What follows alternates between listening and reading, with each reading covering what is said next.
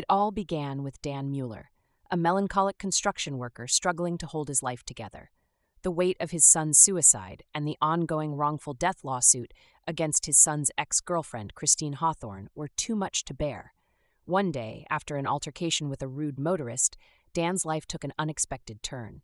Rita, an actress from a community theater across the street, witnessed the incident and invited him to audition for their production of Romeo and Juliet. Dan, hesitant but curious, agreed to audition. Little did he know, this decision would lead him on a journey of self-discovery and healing. He soon found himself cast as Lord Capulet, with Rita as Juliet. At home, tensions were high.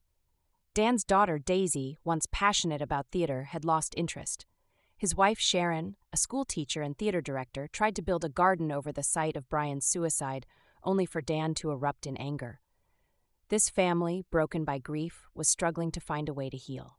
Despite the turmoil, Dan found solace in the theater.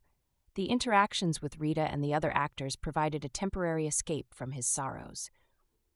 However, when he was put on mandatory leave from his job, he lied to his family about his whereabouts, leading Daisy to discover the truth and join the theater herself. As the play's opening night approached, Dan's secret was exposed.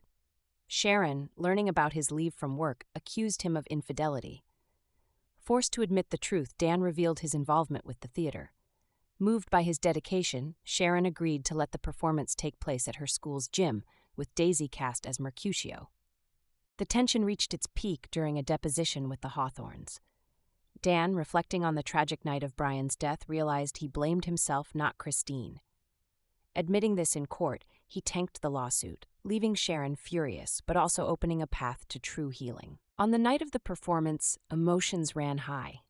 Dan, struggling with Romeo's suicide scene, found strength in Daisy's encouragement.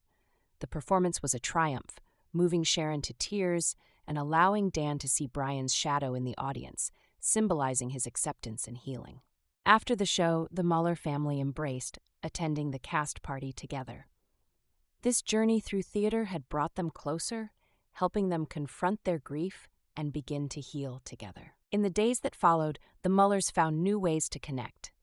Sharon continued her gardening project, this time with Dan and Daisy's support.